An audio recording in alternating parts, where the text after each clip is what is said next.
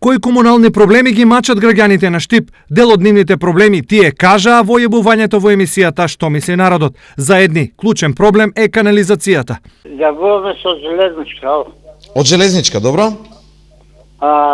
Ради канализацијата, башо е, има конфекции тука. Да. Магазини, железничка станица, други работи, не е уклучена у колектора.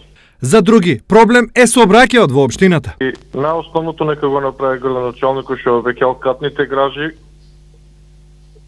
да се постават лежачи полицајци на улици и некој што се вози брзо, пошто не може републичката да ги изврши своите дејности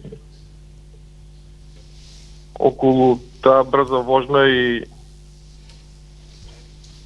недавање на прописи и секакви работи што прават тука злоупотреба на сообраќајот. Делови од градот се без улично осветлување, особено делот околу домот на млади, реагираат дел од штипјани. Сијалици не може да наместе, 2 месеци сме ние тука у мрак. Имам 100 пати, 5 пати најмалку сам се јавувал.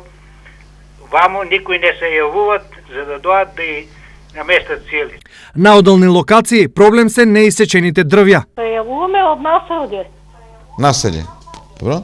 Да молиме да дојдат тие дрвата да ги исечат меѓу зградите што се. Ова се дел од проблемите што жителите на Штип ги изнесоа преку програмата на ТВ Стар. Има ли општината решение за нив? Во врска со поставените прашања ги доставуваме следните одговори. Се подготвува техничка документација за проект за реконструкција на канализациона мрежа со должина од 724 метри и изградба на нова канализациона мрежа со должина од 2038 метри во реонот Железничка Север.